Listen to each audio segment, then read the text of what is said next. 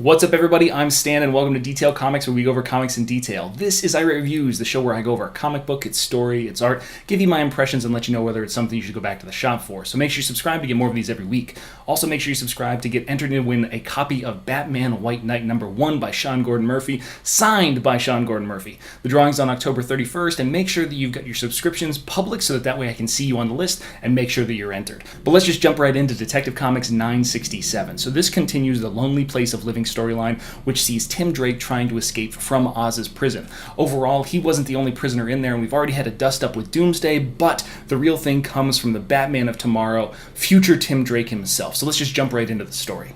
So the way that we kind of see this is it opens up on Bruce Wayne inside the Batcave, replaying the last few moments of Tim Drake on this particular Earth. You know, as he was kind of pulled from that by what we assumed was Mr. Oz and possibly some other temporal force impacted by Dr. Manhattan, that flash of blue light that pulled him into Oz's prison and has kept him captive for months at a time. So Bruce, he feels like he missed something, and it's confirmed, by the clues that he's kind of found. He buried Tim Drake's ashes, but it wasn't actually Tim Drake. Tim's been out there, and he feels so bad about not necessarily going out and finding, his Robin, one of his Robins, the boy that he, came to care about as one, not only, like a ward of his, but a partner. So not only do we find that, this is Bruce kind of getting emotional over the loss of Tim Drake's Red Robin and his own, feelings about not being able to take care of that particular character, but we also get the notification that Tim's back in Gotham. So with Tim back in Gotham, we see the Batmobile going to hell's bells all the way over to Gotham General. We see Bruce going into civilian clothing. We see Tim getting resuscitated using the defibrillator panels and stuff like that. And then all of a sudden, Bruce, who owns the hospital and is the legal guardian for Tim Drake, casts everybody out of the room, and we get a great reunion between the two. But ultimately, Tim has one thing on his mind. He has to protect Batwoman. He has to protect Kate Kane. So immediately we start calling everybody together. But before that, we actually get a kind of little side story between Kate and one of her friends who wants to join onto the team. She wants to be a part of it, but that's going to be kind of probably a little Easter egg, a little bit of a crumb left for a future story, because the big story right now is the reuniting of the entirety of this Bat team, these Bat Knights, these Dark Knights that Tim was kind of insinuating. He did install a round table, after all. So, he reunites with Kate. He finds out that Batwing's there. Everybody's there for the team. He missed Cassandra, and they're going over the details of these kind of things and insinuating what's going to be happening with Tim Drake's future Batman, the Batman of tomorrow. And at that point in time, he realizes, we still got to wait for Spoiler. She's coming, right? And then we immediately dive over to Spoiler. We think that Tim Drake's Batman is going to somehow interact with her as he's kind of stalking her in the darkness as she's reading this information that was handed to her, and then ultimately he disappears and she's kind of left to her lonesome. But as they kind of reunite at this point, we see Tim talking to Bruce, and they're going over these various things, what they would do to change the future, what they would do to rectify and reclaim their past, to change the way things are going, and whether they would or they wouldn't. But the key is that Tim Drake's Batman of tomorrow isn't necessarily the same Tim Drake now. The timeline has already changed. And because the timeline's already changed, he was talking about Connor Kent. He was talking about various things. That means that things that had happened in Tim Drake's timeline, future Tim Drake's timeline, haven't happened here.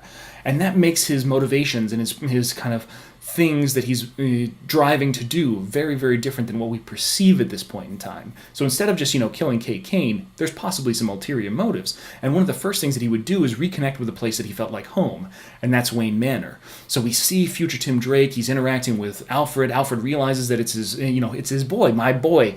It's such a it's kind of like a sour, sweet reunion. You feel for the characters that haven't connected in quite some time, but you also understand the severity of these things. The other Robin show up. You've got Dick Grayson's Nightwing, you've got Red Hood Jason Todd, you've got Damian, the current Robin, and they're there to defend Alfred against this future Batman. But this future Batman's been training for 14 years against the best of the best when it comes to Damian, Jason, and Dick. So it's not really a match. And as the ceiling caves in the Batcave and these Robins are kind of devastated, they're laying on the floor, we see Tim Drake perch himself on the Batcomputer and release his true motivations, give everybody a little bit more insight into his plan, which he's already kind of corrupted and put into action. And that's the activation of the Brother Eye Protocol, to use to hunt metahumans and cleanse the world.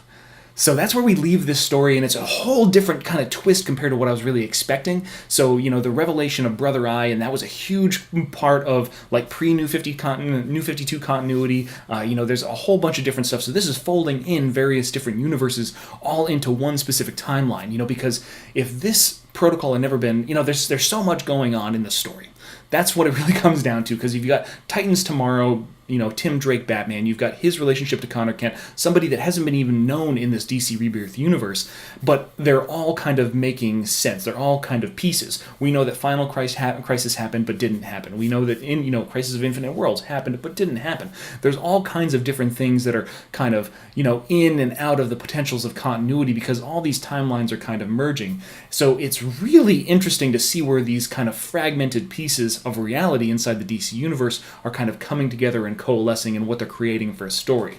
The Brother Eye Protocol was a super huge surprise. I'm really excited to where James Tynion's going with the actual story of Detective Comics. I see that it's going to be a pretty cool conclusion, or at least it looks like it, and then based on some solicitations for the future, it feels like the Batman of Tomorrow is going to be sticking around for a little while, so there's probably going to be some situations where this temporal anomaly Tim Drake, he's going to have to stay in the past and not necessarily make it back to his future. And that could kind of potentially send him up as an antagonist, It's just like, oh man, evil Tim Drake versus regular Tim Drake. There's so much possibility that really comes along with this. As for the art, I was really happy with the way the art style goes. Barrows has a very kind of, I want to say almost pastel. He works in a very different kind of medium, and it looks more painterly in this respect. But the art for this book is a little bit more precise. It's a little bit cleaner. So I really like the evolution of it. I really appreciate the way that this story is going, and I really appreciate the art for this particular book.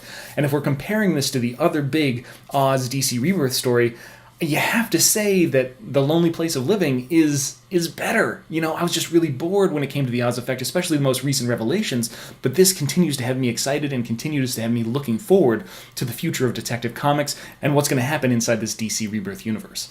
This is definitely a must-buy comic book for me. I think that it's probably one of the most interesting stories that's coming out in the Bat books at this point in time. I'm really excited about Batman, but, Detective Comics has this way of kind of gripping you for these short story arcs that's really kind of, they're kinetic, they're fast-paced, and they have a way to move the universe forward, not just move the characters forward. So I'm really excited about those. Definitely a must-buy for me, and if you haven't picked up the first two parts, you got to go grab them. However, those are my comments, those are my ideas, those are my thoughts on this book, but I want to know what you guys think too, so hit me up in the comments down below and we can start that conversation.